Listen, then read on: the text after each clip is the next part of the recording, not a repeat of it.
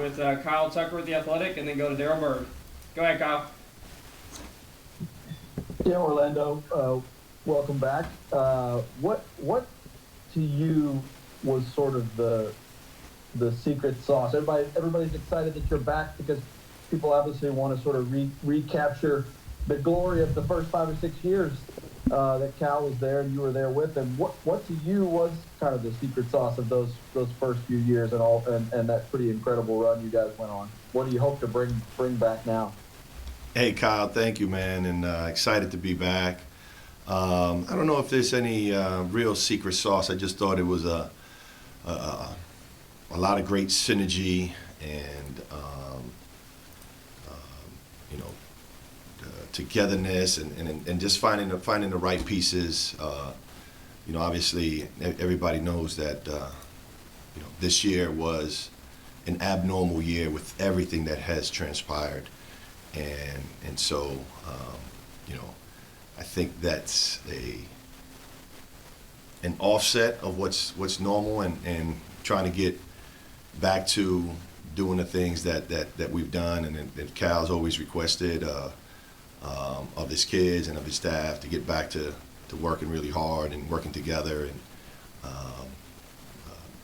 being a player first program.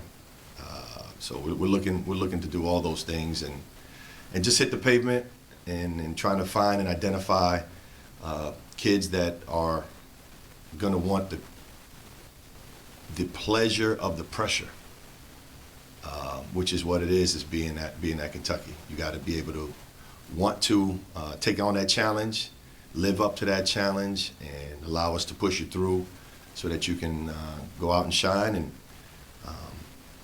chase your dreams. And in that process, we go out and we win a lot of games. Daryl Bird, we go with you. Hey, Coach O, welcome back, sir. Thank you, Daryl. Since you left, you were head coach for 3 years and assistant for 4 years under someone not named Calipari. I'm just curious, how do you think you are a better coach today than you were when you left 7 years ago? Well, that's a great question, Daryl. I've got a better appreciation now, having had the opportunity to sit in that seat, to know, not quite know, but a better idea of what is coming at Cal and what he has to do. And our jobs as assistant is to try to take things off of his plate. We need to figure out tomorrow's news yesterday. So, staying on the grind, staying connected with the kids, staying connected with just people in the basketball world and in our relationships, and doing those kind of things so that we can better serve him and make sure that he's prepared for everything. John Wong, we'll go to you. Hey, Orlando. John Wong, NOLA Media, JustTheCats.com. Welcome back, by the way. Thank you, John. Coach Cal said in his introductory remarks, he mentioned specifically your uplifting spirit. What do you think that means, and why do you think that's so important to this particular team at this particular time? Well, that's a great question, John. I mean, it's who I am, it's who I've been, and obviously the things that I've experienced in my life has allowed me to have a great appreciation for life and opportunities, and having gone through a lot of challenging obstacles, being able to keep things in perspective, understanding that you want to be around good people, you want to surround yourself around good people. That doesn't mean because you're around good people that it voids you of going through hard times, but it does give you a perspective of appreciating going through some tough times and knowing that that's going to make you better. And so being able to communicate that with our players and getting them to be a sounding board for someone that might have gone through some challenges as they go through their own experiences and their own obstacles, and letting them know, listen, you're going to be better for it if you just consistently stay with the process and keep working, keep trying to maintain your positive energy, because I know on the backside of it what that becomes, and then eventually God willing, they'll have the opportunity then to reach back and share those experiences like, the staff and I have been fortunate enough to do, so that they can then also uplift and bring up, the generations that come behind them. Okay, thank you. Not a lot of questions in queue, so Daryl, I'll come back to you. Good deal. Coach, I've seen high school players come to a school as a package deal. I don't think I've ever seen assistant coaches to come to the same place.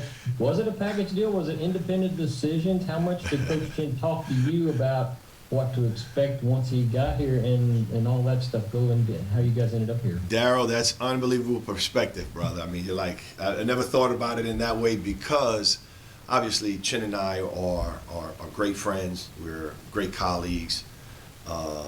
But everything is based individually on every person and family's needs and perspective. And so, my reasons for wanting to come back are way different than Chin's reasons for wanting to join and be a part of this experience. And so we've shared some of my experiences. I've known Chin for 15, 16 years or so. When he was on the circuit, when he was coaching, when he was up and coming, we spent a week together in Memphis. So we've had a long-standing relationship, and then to get the opportunity to work with him just increased that bond when we were at Illinois, and going through some of the challenges that we did there, and being able to help Coach Underwood bring that program back to its heights. Was something that we cherished, and we were able to build a bond through that. And so, me sharing my experiences here, me sharing my experiences with working with Cal, and him being made from the same kind of cloth, the way he works, his relationships, the way he builds relationships, not just with staff, but with players and people. And he's an unbelievable people person that you all are going to be extremely excited to get to know. But it's consistent. It's consistent with the staff that Cal had. I mean, Bruiser and Jay, and I mean, just everyone is really positive and great people to be a part of. And I'm excited to be back home and excited to be a part of that group. What did you say to him in terms of what it's like to work for John Calipari? I told him it's great. Cal's one of my mentors, a guy that throughout the years I have leaned on, not just for professional advice, but personal advice, and someone I look up to, and he's a friend, he's a mentor, and he's a Hall of Fame coach. So when you're someone like Chin who's still up and coming, and he gets an opportunity to work with a Hall of Fame coach, it's very, very appealing, very attractive. And obviously, when you get a chance to come to, what I told him, this is Camelot. This is Camelot, and it's the winningest program in college history. And so, those things are easy to sell. We'll go Ben Roberts, then Tyler Thompson, then John Clay. Go ahead, Ben. Hey, welcome back, O. Thank you, Ben. Obviously, you guys had a ton of success your first go around here with those top 5 recruits. I think you got at least one in every single class you were here the first go around. Just kind of, is it, given the change in the recruiting landscape since then, is it realistic to expect that you can get one of those guys every year in the current climate? First, let me say this, Ben. Again, I was a part of a really, really good team, right? I didn't get anybody we were able to go and recruit and get. I was just happened to be a spoke in that wheel, and it's that same kind of wheel that we have now is how we're going to approach our recruiting. Will we get some? I hope so. Will we miss on some? Probably. The landscape has changed. You got all these new dynamics that are in play, but we're going to try to manage it as best we can. And like I said, when you have a Hall of Fame coach that you can go out and talk about, when you have a program with the history and the success that we have here at Kentucky, those are all great things to talk about to kids and families. And you talk about the educational part of it. I mean, there's so much that we can go out and talk about, not just the basketball. And by the way, the basketball part, it's pretty that's pretty good too. Yeah. And kind of along those lines, obviously I think the biggest change since then is the whole G League thing. I mean, I'm sure you guys are going to be recruiting guys who have a real high interest in that. What do you tell a kid? How do you kind of compare and contrast the Kentucky experience to what they could get there?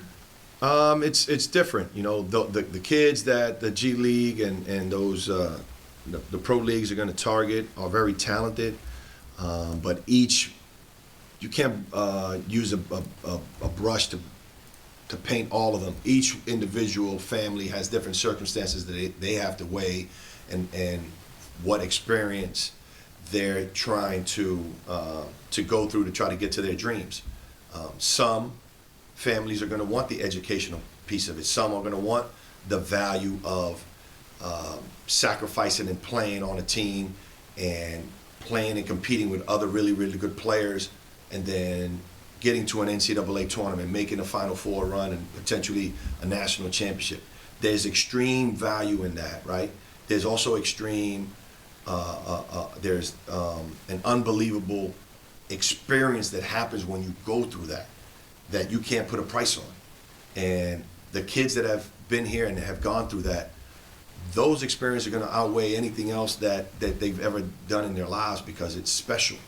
It's such a rewarding experience, and you know they're loved in the state, they're loved throughout history, and then you get a chance to become one of those special groups that are endeared for life.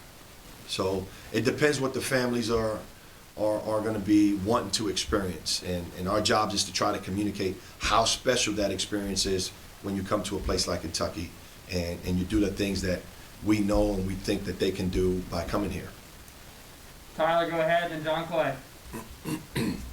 Hey, Coach O, it's good to see you. Welcome back. Thank you, Tyler. As someone who's been kind of an outsider since you left, and honestly recruited against Kentucky probably from time to time, have you noticed the national perception of the program has changed at all? And have you had conversations with Cal about that? Tyler, we did run up against Cal and the boys a few times, right? And we were on the short end of the stick, so I don't know what perception you're talking about. I think a lot of that is more our own internal feelings, but the perception outside is still that it is the winningest program in college history, and Cal is a Hall of Fame coach, and they've been able to recruit really, really high-level players here, and they're going to continue to. And you know, our jobs is to keep going out and finding those kids that want that experience, that want to take on the pleasure of the pressure. John, we'll go to you, and then Paul after that. Go ahead, John. Hey, Orlando, good to see you. How has the transfer portal changed college basketball, and specifically, how's it changed the way, as an assistant, you guys are recruited? Thanks, John. Hey, and good to see you. It's changed a little bit, and it's just another variable that we have to manage. What that's going to look like, nobody knows. It's so fresh. You do have to go out and try to find pieces that meet your needs, whether that's through the high school, through the junior college, or through the transfer portal now. It just gives us another avenue. And, you know, I don't think anybody can tell you what that's going to look like in the future, because there's so many other components that are going to come into play going forward that we don't even know yet. But it's another avenue that we have to make sure that we're on top of, that we're monitoring, and that we're constantly getting information and communicating so that we can try to maximize those opportunities when they're there to benefit, you know, our program and the university.